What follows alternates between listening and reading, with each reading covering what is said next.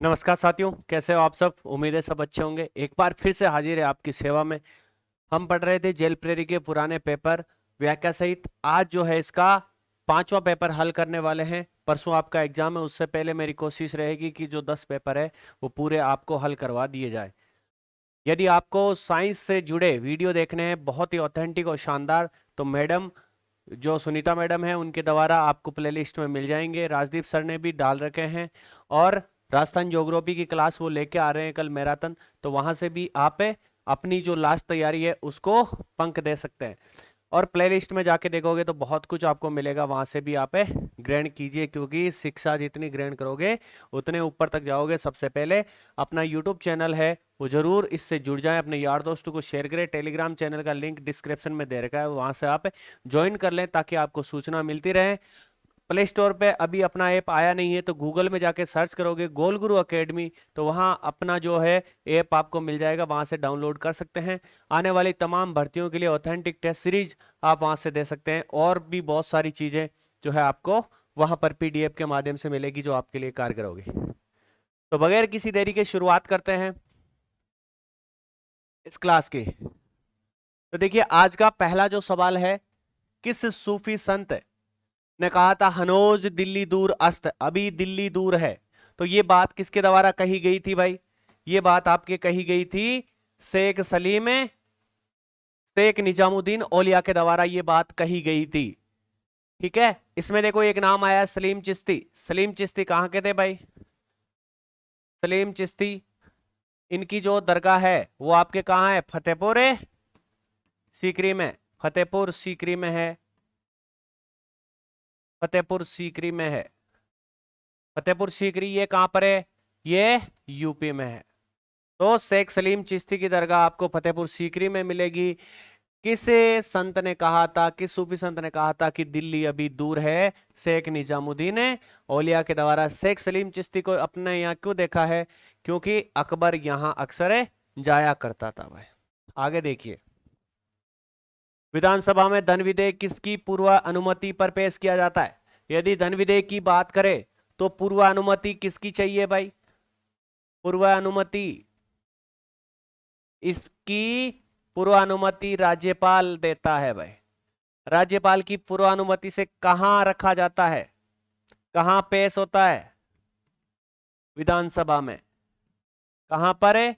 विधानसभा में पेश किया जाता है। कहां पर नहीं? विधान परिषद में। विधान परिषद की बात करें तो यहां पर नहीं किया जा सकता। कहां पर? विधानसभा में पेश किया जाता है। किसकी पूर्वानुमति से? राज्यपाल की पूर्वानुमति से। कौन पेश करता है भाई? सरकार का मंत्री। सरकार का मंत्री पेश करता है। मंत्री पेश करता है। निर्णय कौन लेता है? निर्णय कौन लेता है भाई? निर्णय विधानसभा अध्यक्ष लेता है कि ये फलाना विधेयक धन विधेयक है या नहीं है। तो इस पर निर्णय किसके द्वारा लिया जाता है? विधानसभा अध्यक्ष के। कौन? सरकार का मंत्री प्रस्तुत करता है। कहां पर? विधानसभा में प्रस्तुत करता है। विधान परिषद में धन विधेयक प्रस्तुत नहीं किया जाता। और पूर्व अनुमति अनुच्छेद 207, अनुच्छेद 207 के अनुसार राज्यपाल है इस पर पूर्वानुमति देता है। ठीक है भाई, यहां तक क्लियर है? तो पूर्वानुमति किसकी होगी? राज्यपाल की। आगे देखिए, किस ग्रह के कोई उपग्रह नहीं है? देखिए, सबसे पहले तो आपको पता होना चाहिए कि अपने ग्रह कितने हैं। तो ये है अपना सौरमंडल, ये है सूर्य। कौन है? सूर्य देवता। सूर्य के सबसे नजदीक ग्रह है बुध, उसके बाद है शुक्र ग्रह, उसके बाद है अपनी पृथ्वी, और उसके बाद है मंगल। इनको क्या बोला जाता है भाई? इनको बोला जाता है आंतरिक ग्रह। आंतरिक ग्रह। उसके बाद शुद्र ग्रह आ जाते हैं बीच में, एक पट्टी आ जाती है शुद्र ग्रह की। और इसके बाद में बड़े बड़े ग्रह, बृहस्पति, बृहस्पति ग्रह, शनि, अरुण और वरुण, ये 8 ग्रह अपने सौरमंडल में पाए जाते हैं भाई। ये सारे के सारे ग्रह सूर्य के एक निश्चित कक्षा में चक्कर लगाते हैं और निश्चित समय में लगाते हैं, इस कारण इनको ग्रह कहा जाता है। यदि सूर्य के एक निश्चित कक्षा में चक्कर नहीं लगाता है, वो पिंड ग्रह की श्रेणी में नहीं माना जाता। तो ये जो है भाई दो, बुध और शुक्र, इनका कोई ग्रह नहीं है, तो इसमें डबल ऑप्शन आ गया, बुध और ग्रह, इसके दोनों ही राइट आंसर होंगे। ये दो ऐसे ग्रह हैं जिनका कोई भी उपग्रह नहीं है। पृथ्वी का एकमात्र उपग्रह कौन सा है? चंद्रमा प्राकृतिक उपग्रह है, चंद्रमा उपग्रह है भाई। सौरमंडल का सबसे बड़ा ग्रह कौन सा है? सबसे बड़ा ग्रह है बृहस्पति। सबसे बड़ा ग्रह, वल्ले वाला ग्रह कौन सा है? वो आपके शनि, इस प्रकार से आपको एक वल्ले रिंग दिखेगी, तो वल्ले वाला ग्रह कौन सा है? ये आपके है शनि, वल्ले वाला ग्रह, वल्ले वाला ग्रह है। अब आप कमेंट बॉक्स में बताओगे कि कौन से ग्रह को लेटा हुआ ग्रह कहा जाता है। यदि आप थोड़ी बहुत ज्योग्राफी पढ़ते हो तो जरूर बता दोगे। ये शुक्र ग्रह है भाई। शुक्र ग्रह को क्या कहा जाता है? पृथ्वी की बहन कहा जाता है, पृथ्वी की बहन कहा जाता है। कौन सा ग्रह को? शुक्र ग्रह को। लाल ग्रह किसे कहते हैं? मंगल ग्रह को कहते हैं। नीला ग्रह किसे कहते हैं? अपनी पृथ्वी को कहते हैं, क्योंकि इसके अधिकतर भाग पे क्या है? जल है। कितने प्रतिशत जल है अपने पृथ्वी पर, ये भी कमेंट बॉक्स में बताओगे। देख आगे चलते हैं। भारत में सीमेंट उत्पादन में अग्रणी राज्य कौन सा है? यदि भारत की बात करें तो इसमें कौन है भाई? राजस्थान है। और राजस्थान में भी यदि बात करें तो राजस्थान में जो है चित्तौड़गढ़ है भाई। कौन सा जिला है? चित्तौड़गढ़। चित्तौड़गढ़ सीमेंट उत्पादन में अग्रणी जिला है। आगे चलते हैं। विधान परिषद के सदस्य कितने वर्षों के लिए निर्वाचित होते हैं? तो देखिए, जो विधानसभा के सदस्य हैं वो आपके 6 वर्ष के लिए निर्वाचित होते हैं। प्रति 2 वर्ष बाद, 1/3 जो है, प्रति 2 वर्ष बाद, 2 वर्ष बाद 1/3 सदस्य हटते जाते हैं, उनका कार्यकाल पूरा होता जाता है। इस तरीके से रूटीन चलता है। विधान परिषद कैसा सदन है भाई? एक स्थायी सदन है। यदि राजस्थान विधान परिषद या विधान परिषद की बात करें तो किस प्रकार से चुन के आते हैं? 1/3, 1/3, 1/12, 1/12। कुछ जो है इंपॉर्टेंट आंकड़े वो आपको मैं प्रदर्शित कर देता हूं। ये स्थानीय निकायों द्वारा चुने जाते हैं 1/3। 1/3 किससे चुने जाते हैं? विधानसभा के सदस्यों द्वारा, विधानसभा सदस्यों द्वारा। 1/12 आपके जो है शिक्षकों द्वारा, जिनमें कितना? कम से कम 3 साल जो सेवा में रह चुके हैं। और 1/12 स्नातक अभ्यर्थी जो होते हैं वो स्नातक पास। बाकी देखिए, राज्यपाल मनोनीत करता है, राज्यपाल मनोनीत करता है विधान परिषद में जो है कला, साहित्य, विज्ञान, एक और जो क्षेत्र है वहां से राज्यपाल विधान परिषद में सदस्य चुनता है। वो आप कमेंट बॉक्स में बताओगे। कला, साहित्य, विज्ञान और एक कौन सा है भाई? वो आप कमेंट बॉक्स में बताओगे, क्योंकि आप सृजनात्मक बने रहिए। कुछ ना कुछ अपनी ओर से भी करना चाहिए। ऐसा नहीं है कि यहां मैं पढ़ा रहा हूं और बस रट रहे हो, अपनी ओर से कोई नया माइंड नहीं चला रहे। तो विधान परिषद का जो कार्यकाल, सदस्यों का कार्यकाल होता है वो तो 6 वर्ष होता है। और विधान परिषद कैसा सदन है? एक स्थायी सदन है। कि सिंधु नदी का उद्गम स्थल कहां से है? यदि सिंधु नदी की बात करें तो सिंधु नदी आपके मानसरोवर झील से निकलती है। अब देख लीजिए कुछ इंपॉर्टेंट चीजें।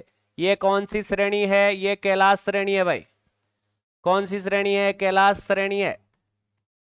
कैलाश श्रेणी है। इसके पास एक झील है जिसे बोला जाता है मानसरोवर झील। मानसरोवर झील, मानसरोवर झील। यहां पर इसके पास में है राक्षस ताल। कौन सा? राक्षस ताल। यहां पर है बोखरचू, यहां पर है बोखरचू ग्लेशियर। कौन सा ग्लेशियर? बोखरचू ग्लेशियर है। और यहां पर एक ग्लेशियर है चेमायुंगडुंग। चेमा युंगडुंग, युंगडुंग। अब देखिए यहां से आपको बहुत सारी चीजें क्लियर होगी। ये कैलाश पर्वत श्रेणी है जो हमने देखा। कौन सी पर्वत श्रेणी है? कैलाश पर्वत श्रेणी है, कैलाश पर्वत श्रेणी है। इसमें देखिए यहां पर है मानसरोवर झील। मानसरोवर झील में एक जगह है, इसके पास में राक्षस ताल, एक है यहाँ पर बोखरचू ग्लेशियर। अब देखिए बोखरचू ग्लेशियर से एक नदी निकलती है। कौन सी नदी निकलती है? बोखरचू से नदी निकलती है। इसका नाम क्या है? इसका नाम है आपके सिंधु नदी, सिंधु। राक्षस ताल से एक नदी निकलती है, उसका नाम क्या है भाई? राक्षस ताल से एक नदी निकलती है, उसका नाम है सतलज नदी। कौन सी नदी? सतलज नदी। चेमा युंगडुंग से एक नदी निकलती है, उसका नाम क्या है? ब्रह्मपुत्र, ब्रह्मपुत्र नदी। ये तीन महत्वपूर्ण नदियां हैं जो कैलाश श्रेणी से निकलती है। आप देखिए सिंधु की कुछ सहायक नदियां, ये कौन सी है? झेलम नदी है। कौन सी? झेलम नदी है। ये कौन सी नदी है? ये चेनाब नदी है। ये कौन सी नदी है? ये रावी नदी है। और ये कौन सी नदी है? सतलज है। इसके पास में एक नदी है, इसे बोलते हैं व्यास नदी। ये सारी नदियां किसकी है? ये आपके सिंधु की सहायक नदियां हैं, जिन्हें क्या बोला जाता है? पंचनद बोला जाता है। ये पांच प्रमुख सहायक नदियां हैं, झेलम, चिनाब, रावी, व्यास, सतलज। सिंधु की पांच सहायक नदियां हैं। राक्षस ताल से सतलज नदी निकलती है, और बोखरचू ग्लेशियर से सिंधु नदी निकलती है। चेमा युंगडुंग ग्लेशियर से ब्रह्मपुत्र नदी निकलती है, जो आगे जाके गंगा नदी के साथ मिलके क्या बनाती है? सुंदरवन का डेल्टा, जो कि संसार का सबसे बड़ा डेल्टा है। आगे चलते हैं भाई। आगे यदि बात करें सुंदरवन, देखिए अगला ही सवाल आ गया। सुंदरवन है गंगा ब्रह्मपुत्र डेल्टा में, इसका राइट आंसर यही हो जाएगा। ये देखिए इधर से गंगा नदी भागीरथी और अलकनंदा के मिलन से गंगा नदी का उद्गम होता है। इधर से एक नदी आती है जिसका नाम है ब्रह्मपुत्र। ये तो है गंगा नदी, ये है ब्रह्मपुत्र नदी। अभी देखा है ब्रह्मपुत्र नदी कहां से आती है? ये दोनों नदियां मिलकर यहां पर भारत वे बांग्लादेश, इस वाले क्षेत्र में क्या बनाती है? डेल्टा बनाती है, संसार का सबसे बड़ा, संसार का सबसे बड़ा, सबसे बड़ा डेल्टा बनाती है।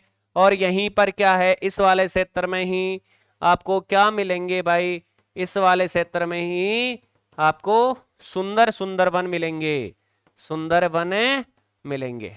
ठीक है भाई, यहां तक कंप्लीट है आपके। आगे चलते हैं। आगे यदि बात करें, किसने कहा था तुम मुझे खून दो मैं तुम्हें आजादी दूंगा? ठीक है ना, किसने कहा था? बताओ। देखिए आजकल के क्या कहते हैं? आजकल के बच्चे कहते हैं तुम मुझे मोबाइल दो मैं तुम्हें क्या दूंगा? वो कमेंट बॉक्स में बताओ। तो तुम मुझे खून दो मैं तुम्हें आजादी दूंगा, क्या भगत सिंह? भगत सिंह ने तो एक नारा दिया था बहुत फेमस, इंकलाब जिंदाबाद का नारा। इंकलाब जिंदाबाद का नारा भगत सिंह, यूथ आइकन, हर युवा के आइकन माने जाते हैं भगत सिंह, इनके द्वारा दिया गया था इंकलाब जिंदाबाद, तुम मुझे खून दो मैं तुम्हें आजादी दूंगा। किसने? सुभाष चंद्र बोस ने ये नारा दिया। बोस के बारे में थोड़ा जान लेते हैं। बोस देखिए, बोस कौन से बोस? सुभाष चंद्र बोस 1938 और 39 में क्या कांग्रेस के अध्यक्ष रहे? कांग्रेस के अध्यक्ष रहे। 1939 में, 1939 में फॉरवर्ड ब्लॉक, फॉरवर्ड ब्लॉक की स्थापना, फॉरवर्ड ब्लॉक की स्थापना करते हैं। कैप्टन मोहन सिंह द्वारा स्थापित आजाद हिंद फौज का नेतृत्व करते हैं 1943 में। आजाद हिंद फौज का नेतृत्व 1943 में। तो ये चीजें भी आप याद रखोगे। चंद्रशेखर आजाद को तो जानते ही हो, बंदूक लेके ऐसे मूंछों के ताव देते हुए फोटो देखने को मिलती है। आगे देखिए, विधानमंडल का प्रमुख कर्तव्य क्या है? जो विधानमंडल होता है जिसमें दो सदन हम शामिल करते हैं, है ना। कई जगह विधानमंडल एक सदन होता है, कहीं पर दो सदन होते हैं। एक सदनीय विधानमंडल होता है, कहीं पर दो सदनीय विधानमंडल होता है। पिछली क्लास में हमने देखा कि कौन कौन से राज्यों में दो दो सदन है और कौन से राज्यों में एक सदन है। तो विधानमंडल का जो प्रमुख कर्तव्य वो क्या होता है, नियमों को अधिनियमित करने का काम होता है भाई। आगे देखिए, संयुक्त राष्ट्र सुरक्षा परिषद के अस्थायी सदस्यों की कार्य अवधि कितनी होती है। मतलब अस्थायी जो सदस्य होते हैं इनका कार्यकाल कितना होता है, इनका कार्यकाल होता है 2 वर्ष। अब देखिए स्थायी सदस्य, इनका कार्यकाल कैसा होता है, अनिश्चित होता है। स्थायी सदस्य कितने हैं भाई, स्थायी सदस्य आपको कितने मिलेंगे, 5 मिलेंगे। 5 में कौन सा, एक तो संयुक्त राज्य अमेरिका, संयुक्त राज्य अमेरिका। दूसरा कौन सा मिलेगा आपको, चीन मिलेगा। फिर कौन सा है, रूस है और फ्रांस है तथा यूके है, यूनाइटेड किंगडम। ये 5 क्या है, संयुक्त राष्ट्र सुरक्षा परिषद के स्थायी सदस्य हैं। अस्थायी सदस्यों का कार्यकाल कितना होता है, 2 वर्ष। आगे चलिए भाई, कनिष्क की राजधानी कहाँ थी, वर्तमान पेशावर पाकिस्तान।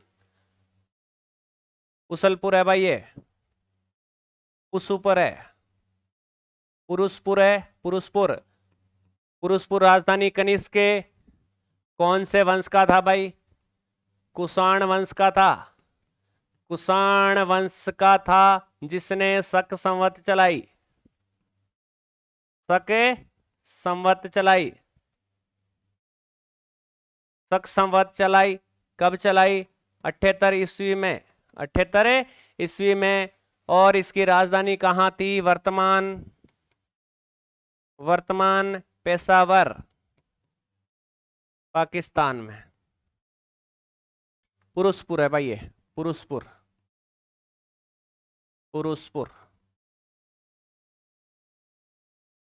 कनिष्क की राजधानी। सारनाथ, दमकू स्तूप, चौखंडी स्तूप किससे संबंधित है,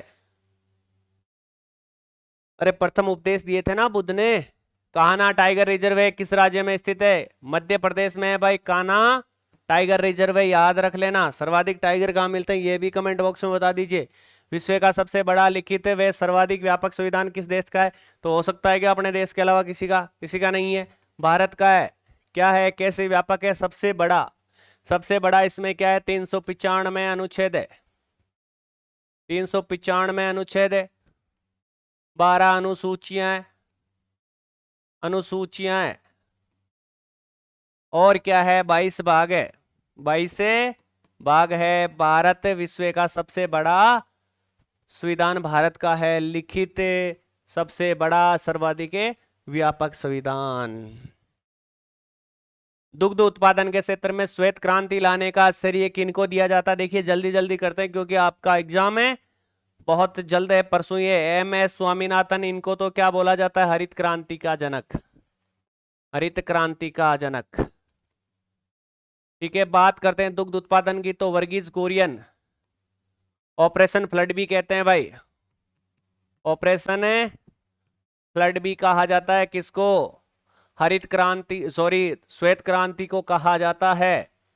1970 में इसकी शुरुआत होती है, किसके द्वारा, वर्गीज कुरियन। श्वेत क्रांति लाने का श्रेय किनको दिया जाता है, वर्गीज कुरियन को। इसके आने से भारत में डेयरी उद्योग के में काफी फायदा हुआ भाई। सूर्य की तीव्र किरणों द्वारा झुलसने से वायुमंडल की कौन सी गैस हमारी रक्षा करती है, जिसे क्या बोलते हैं, पृथ्वी का सुरक्षा कवच, पृथ्वी का सुरक्षा कवच बोलते हैं भाई, पृथ्वी का सुरक्षा कवच बोलते हैं, पृथ्वी का सुरक्षा कवच बोलते हैं। देखिए ये अपनी क्या है, पृथ्वी यदि जैसे जैसे ऊपर जाएंगे, इस तरीके से ऊपर जाएंगे तो वायुमंडल में परतें मिलेगी। सबसे पहली परत कौन सी है वायुमंडल की, सौरमंडल। सबसे पहले सौरमंडल आता है, उसके बाद समताप मंडल आता है, उसके बाद मध्य मंडल आता है, आयन मंडल आता है और बहिर्मंडल आता है। अब देखिए बात किसकी चल रही है, ओजोन की। तो ये जो समताप मंडल है, इसमें देखिए इस समताप मंडल में 20 से 35 किलोमीटर, 20 से 35 किलोमीटर के मध्य कौन सी गैस मिलती है? ओजोन गैस मिलती है। ये वायुमंडल में कितनी है भाई? 0.00006% वायुमंडल में है। कौन सी गैस? Ozone gas. ये क्या करती है? ये सूर्य से आने वाली पराबैंगनी किरणों से अपनी रक्षा करती है, पृथ्वी की रक्षा करती है। यदि ये नहीं होती तो सूर्य की जो पराबैंगनी किरणें हैं वो सीधी अपने यहाँ पहुंचती। क्या क्या नुकसान है उसके आगे कभी क्लास में पढ़ेंगे। मोटे तौर पर क्या होता है? त्वचा कैंसर की समस्या उत्पन्न हो जाती है। जो बड़े बड़े ग्लेशियर है वो पिघलने लग जाते हैं, जिससे जो तटवर्ती इलाकों में शहर बसे हैं वो समुद्र के गिरफ्त में आ जाएंगे। गोवा, दमन व दीप का उपनिवेशीकरण मूलतः किया गया था फ्रांसीसियों द्वारा, पुर्तगालियों द्वारा, अंग्रेजों द्वारा, डचों द्वारा। तो देखिए, गोवा, दमन द्वीप या उपनिवेशीकरण मूलतः किया गया था किनके द्वारा किया गया था भाई? पुर्तगालियों के द्वारा। किसके द्वारा? पुर्तगालियों के द्वारा। गोवा स्वतंत्र कब हुआ? 1961 में। आगे चलिए। जांबा, फलोदी, जोधपुर किस समुदाय से संबंधित है? यदि आप बात करोगे फलोदी से लगभग 50 किलोमीटर के आसपास। जांबा जहां पर है भव्य मंदिर बना हुआ है, ये कौन से समुदाय का है? विश्नोई समुदाय का है। इसे जो है जांबा में जो मंदिर बना है इसके किनारे एक बड़ा सा तालाब भी है भाई। गोड़िये समुदाय।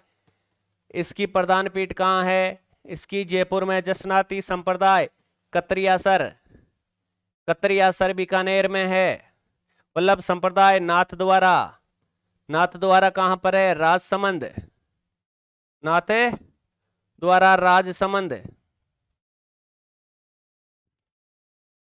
राजसमंद। कतरियासर कहां पर है? ये आपके बीकानेर में। ये प्रधान पीठ है यहाँ पर भाई। वल्लभ संप्रदाय नाथ द्वारा राजसमंद यहाँ पर है। श्री कृष्ण के बाल रूप की पूजा की जाती है। राजस्थान का वह कौन सा संत है जिसने फतेहपुर सीकरी में अकबर से भेंट की थी? तो कौन सा था भाई? दादू दयाल था, जिसका जन्म 1544 ईस्वी अहमदाबाद में होता है। इसके द्वारा कौन सा पंथ है? दादू पंथ है। दादू पंथ चलाया जाता है। और इसके शिष्य में कौन कौन से है? रजब, जो कि गजब थे भाई, जीवन भर दुल्ले के वेश में रहे। गरीबदास, गरीबदास थे। एक बखना थे। एक और कौन थे? सुंदरदास, सुंदरदास ये प्रमुख शिष्य थे। वैसे तो कितने शिष्य थे? पूरे 52 शिष्य थे। जो क्या कहलाए भाई?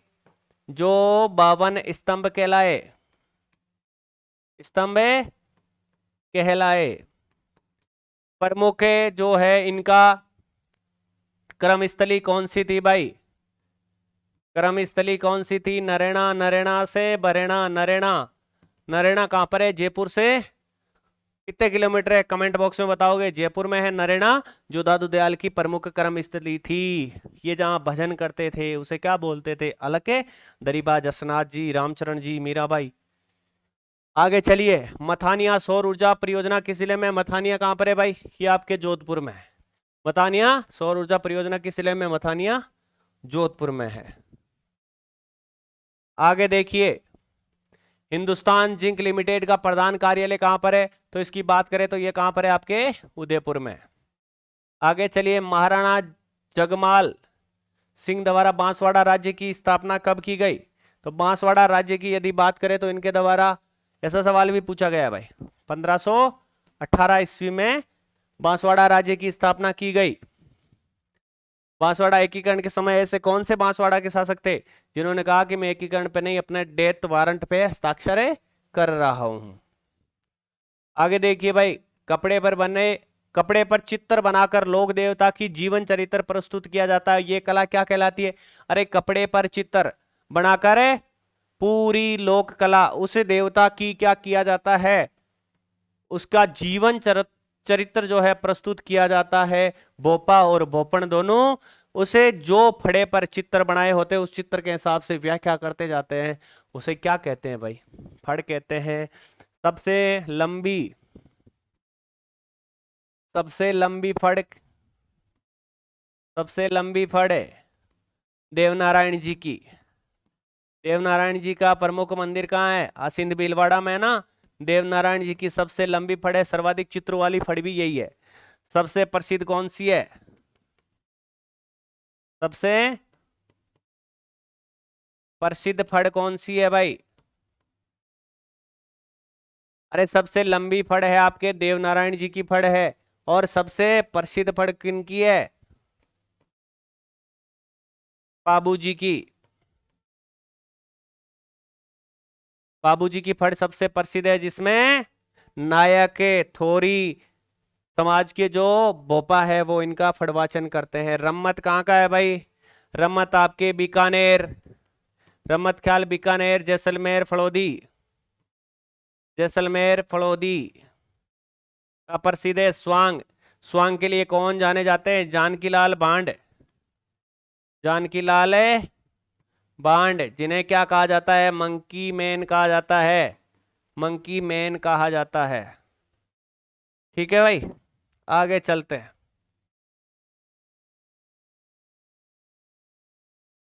अटक गया क्या? जिस राज्य के साथ राजस्थान की सबसे छोटी अंतरराज्य सीमा लगती है वह है, तो मैंने पिछली स्लाइड में आपको बताया था, पुणे बता देता हूं। राजस्थान की देखिए पाकिस्तान के साथ सीमा कितनी लगती है? 1070 लगती है। गुजरात के साथ सीमा कितनी लगती है? गुजरात के साथ सीमा लगती है भाई 1022। एमपी के साथ सीमा लगती है, वो लगती है 1600। यूपी के साथ सीमा लगती है, वो लगती है 877।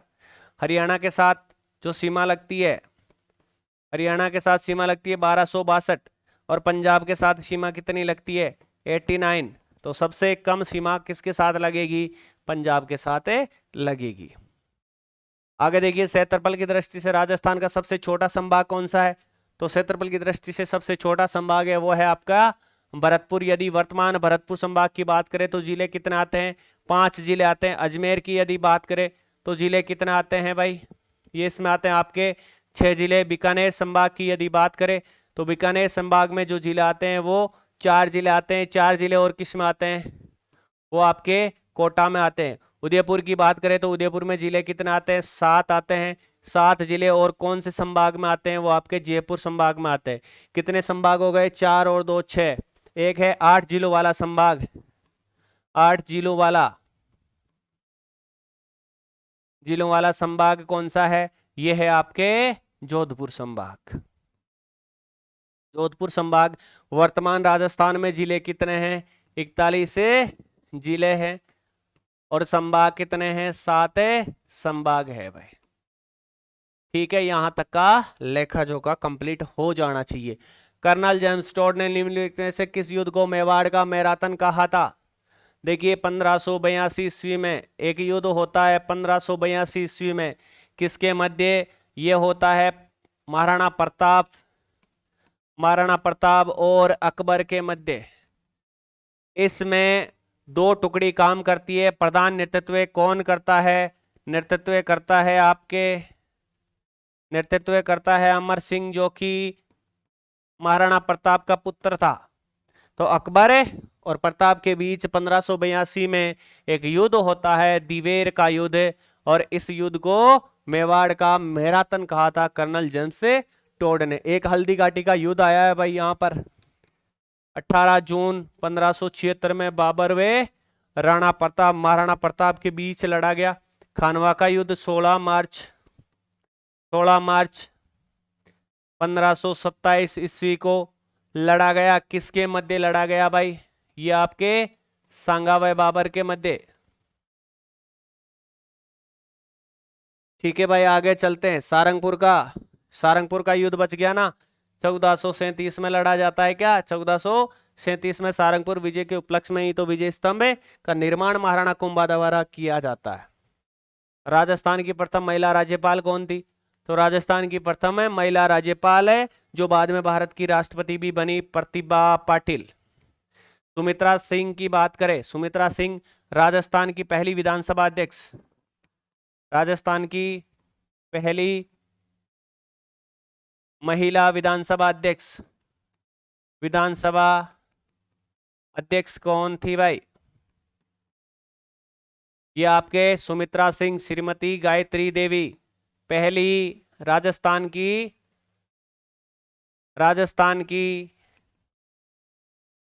पहली महिला लोकसभा सदस्य। लोकसभा सदस्य। इसका राइट आंसर क्या हो जाएगा? प्रतिभा पाटिल। गिरजा व्यास कौन है भाई? बताओ। देखिए, राजस्थान की पहली महिला जो राष्ट्रीय महिला आयोग की अध्यक्ष रही है, मलिर प्रिंट। उदयपुर से संबंधित है, बाड़मेर से, सांगानेर से या बूंदी से। तो मलिर प्रिंट की बात करें तो बाड़मेर से संबंधित है। मलिर प्रिंट में एक और प्रिंट ऐड कर दीजिए, Ajrak print. Ajrak print, Ajrak print व मलिर प्रिंट। मलिर प्रिंट दोनों ही कहाँ के? बाड़मेर से संबंधित है। आगे देखिए, राजस्थान की कुबड़ पट्टी, दो जिलों के मध्य अजमेर और नागौर के मध्य फ्लोराइड युक्त खारे पानी की एक पट्टी है, जिसे क्या बोला जाता है? इसे कुबड़ पट्टी या बांका पट्टी भी बोलते हैं भाई। बांका पट्टी भी बोलते हैं, बांका पट्टी भी बोला जाता है। पीतमपुर झील राजस्थान के किस जिले में? झीलों की नगरी तो कौन सी है भाई? आपके उदयपुर है। ये सोकर नहीं है, सीकर है, और यही इसका राइट आंसर है। पीतमपुर झील कहां पर है? पीतमपुरी झील आपके कहां पर है? सिक्कर में है। देखिए भाई, साइंस की क्लासें देखनी है तो प्लेलिस्ट में जाके आप देख लेना। सर की भी डाली हुई है, मैडम की भी क्लासें डाली हुई है, पॉलिटिकल की भी क्लासें भी मैडम ने डाल रखी है। आप संपूर्ण जो चीजें हैं, संपूर्ण सिलेबस अपना यहां से कवर कर सकते हैं। बस प्लेलिस्ट में मेरे वीडियो के अलावा भी आप जाके देखना यूट्यूब चैनल पर क्या क्या मिलता है। आपको इस ठगाई के ज़माने में अलग अलग जाके अपना आपको ठगा हुआ महसूस नहीं करना। यहाँ पे आराम से पढ़िए, अच्छी क्वालिटी के साथ पढ़िए, क्योंकि ऐसा कोई भी टीचर नहीं है जो हाल फिलहाल में गवर्नमेंट जॉब में नहीं लगा है। और जो हाल फिलहाल में गवर्नमेंट जॉब में लगा है, उसको वर्तमान जो एग्जाम हो रहे हैं उनका पैटर्न अच्छे से पता है, कहाँ से सवाल आएंगे कहाँ से नहीं आएंगे। तो निश्चित तौर पर आप लोगों को उसका ज़्यादा फायदा मिलेगा भाई। आगे देखिए, भीलवाड़ा में एक झील है, मानसरोवर झील। मानसरोवर झील ये भी याद रख लेना भाई, मानसरोवर झील है यहाँ पर एक। वैसे पूछ लिया जाता है कि एक झील मानसरोवर जा और कहीं या और कौन से जिले में है, तो भीलवाड़ा में भी एक झील है, काफी बड़ी है ये मानसरोवर झील। आगे देखिए, अधिकांश सांस्कृतिक गतिविधियां जयपुर में कहां पर संपन्न होती है भाई? जवाहर कला केंद्र के अलावा कहां संपन्न होगी? यहीं होती है, सिंपल सी बात है। राजस्थान राज्य की सर्वोच्च न्यायिक संस्था कौन सी है? राजस्थान राज्य की सर्वोच्च न्यायिक संस्था कौन सी है जिसकी स्थापना होती है 1949 में? उद्घाटन होता है 29 अगस्त 1949। उद्घाटन 1956 में। इसका मुख्यालय कहां पर इसको परिवर्तित कर दिया जाता है? 1956 में कहां पर कर दिया जाता है भाई? आपके जोधपुर में। जोधपुर में कौन सी समिति की सिफारिश पर? सत्यनारायण राव समिति की सिफारिश पर। आपको पता है, खनिज विभाग उदयपुर, कृषि विभाग भरतपुर को दे दिया गया, शिक्षा विभाग बीकानेर को दे दिया गया। ये सारे सत्यनारायण राव समिति की सिफारिश पर 1956 में दिए गए। तो कौन सा? ये न्याय विभाग है जो उच्च न्यायालय है। ये इसकी प्रधान पीठ तो कहां पर है? जोधपुर में। एक खंडपीठ, एक खंडपीठ कहां पर है भाई? जयपुर में है। आगे चलिए, कोटा की साक्षरता दर कितनी है भाई? कोटा की साक्षरता दर लगभग कितनी है? 76.56 है, तो लगभग 77 आ गई। अब देखिए, राजस्थान की साक्षरता दर की बात करें, राजस्थान की साक्षरता दर की बात करें तो 66 पॉइंट कितनी है भाई? 11% है। पुरुष की बात करें, राजस्थान में पुरुष साक्षरता कितनी है? 79.19 है क्या? 19%। यदि महिला साक्षरता की बात करें, महिला साक्षरता की बात करें तो वो है आपके 52.12%। ये तीनों आंकड़े भी याद कर लेना। आगे चलते हैं, भेड़ बकरी व ऊंट पालने का पालन पोषण करने व्यवसाय करने वाली एक जाति विशेष अरे कुण पाले ऊंट भेड़ बकरी रेबारी रेबारी रेबारी रेबारी रेबारी। राइट आंसर क्या होगा? रेबारी जाति। बिसलपुर परियोजना का संबंध किस नदी से है? देखिए बिसलपुर टोंक में, टोंक टोंक के देवली के निकट, देवली के निकट एक गांव है बिसलपुर, वहां पर बिसलपुर बांध परियोजना राजस्थान की सबसे बड़ी परियोजना है। बिसलपुर परियोजना कौन सी नदी पर है? बनास नदी पर है। अब देखिए, और इस बांध का निर्माण 2 चरणों में हुआ, 2 चरणों में हुआ। सबसे बड़ी बात, पहले चरण में क्या था? फर्स्ट में तो था कि सिंचाई नहीं बल्कि पेयजल, पेयजल व्यवस्था के लिए। दूसरे चरण में, दूसरे में सिंचाई।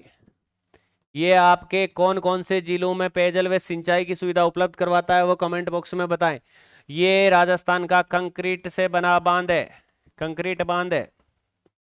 अब देखिए कुछ फैक्ट है भाई, वो भी याद कर लीजिए।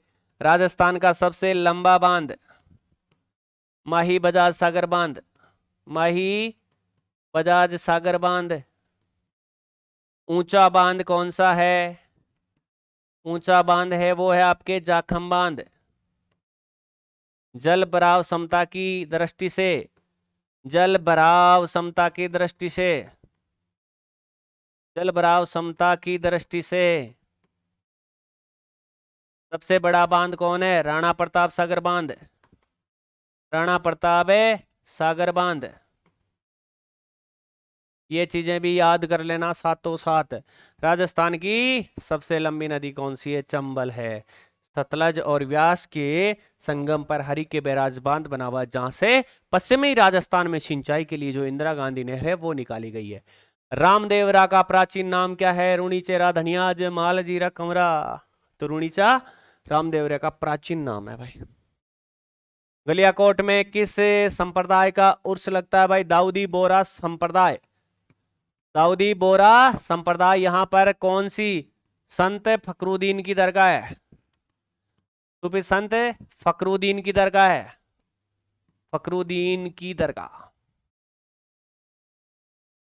संत फकरुद्दीन फकरुद्दीन फकरुद्दीन। दूध बावड़ी कहां पर है? दूध बावड़ी कहां पर है भाई? दूध बावड़ी आपके सिरोही में है। चांद बावड़ी कहाँ है? ये आपके आबानेरी में है। काका बावड़ी कहाँ है? वो भी दौसा में है। तो दूध बावड़ी कहाँ पर है? ये आपके सिरोही में है। नौलखा बावड़ी कहाँ पर है? कमेंट बॉक्स में बताओ। देखे, एक कौन सी बावड़ी है? त्रिमुखी बावड़ी है भाई, एक त्रिमुखी बावड़ी, बावड़ी ये कहाँ पर है? इस तरीके की आकृति का एक जिला है ना, राजसमंद, 3 मुख वाला, तो त्रिमुखी राजसमंद में है। बावड़ी, दूध बावड़ी सिरोही में है। नौलखा बावड़ी कमेंट बॉक्स में बताओ। आबानेरी जो कि बहुत बार एग्जाम में पूछी जाती है वो आपके दौसा में है। काका बावड़ी भी दौसा में है। सीकर किस संभाग के अंतर्गत आता है?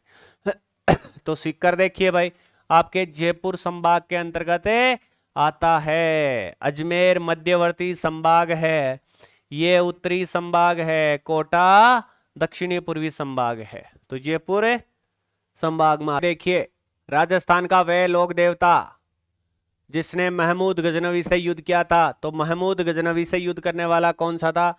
राजस्थान के वो लोक देवता थे गोगा जी। गोगा जी जिनका जन्म कहाँ होता है? ददेरवा चूरू, ददेरवा चूरू में जन्म होता है। चूरू जन्म होता है। जन्म कब होता है? भाद्रपद, भाद्रपद कृष्ण नवमी के दिन, भाद्रपद कृष्ण अष्टमी के दिन कौन सा त्योहार मनाया जाता है? इनका जन्म होता है भाद्रपद कृष्ण नवमी के दिन। और इसी दिन मेला लगता है। कहाँ पर मेला लगता है? आपके गोगा मेड़ी। गोगा मेड़ी कहाँ पर है? ये हनुमानगढ़ में, हनुमानगढ़ में। पिता का नाम क्या था? जेवर जी चौहान, जेवर जी चौहान। माता बाछल, बाछल दे। ठीक है भाई, गोगा जी के बारे में। और गोगा जी को क्या कहा जाता है? जहार पीर कहा जाता है, सांपों का देवता कहा जाता है, सांपों का देवता। तेजा जी को भी कहा जाता है बाबूजी, ऊंटों के देवता। ऊंटों के देवता। संत पीपा। छतरी कहाँ पर है? गागरोन दुर्ग, झालावाड़ में। गुफा कहाँ है? छोटा राय सिंह। ये कहाँ पर है? टोंक में। जसनाथ जी। 36 नियम चलाए, जो अपनाए जसनाती कहलाए। कातरी असर बीकानेर। कातरी असर ये कहाँ पर है? बीकानेर। प्रधान पीठ है यहाँ पर। जाति से जाट थे। आंजनी किसे कहते हैं? जक्की के सामने कोई देखे को नहीं, क्या मैंने कि भाई इनकी देख ली तो मारे भी उजाय ली। मतलब है आंख की पलकों पर होने वाली फुंसी आंजनी कहलाती है। अणखावणी सी लगे ना तो देखो कोनी सामने के देखते हैं आपने आ जाएगी सूग आ जाए ली आपने भी उजाय दी। बिन काई क्या करे? बिन आंजनी के वे। राजस्थान में तीर्थ यात्रा पर जाते समय पूजा की जाती है। अरे पतवारी धोक बजाओ न, खेजड़ी कर कटे कोई बूढ़ उठाडो, जाता रहे चालता रहे। जरा हरिद्वार जावे जरा पहल पौधे भी यात्रा के लिए कुणसी देवी ने पथवारी देवी को सींचा जाता है, इनकी पूजा की जाती है भाई। आगे आपके लिए सवाल, दिल्ली के लाल किले का निर्माण किसने करवाया था? ये आपके लिए होमवर्क वाला सवाल है। आज की क्लास में इतना ही, मिलते हैं नेक्स्ट क्लास में, तब तक के लिए जय हिंद जय भारत। यदि क्लास अच्छी लगे तो कमेंट करके जरूर बताना और क्लास को लाइक भी करना, क्योंकि जितना हौसला आपको चाहिए उससे दुगुना हमें भी तो चाहिए, क्योंकि हम में हौसला होगा तभी तो तुमको अच्छे से पढ़ा पाएंगे। धन्यवाद। जय हिंद जय भारत।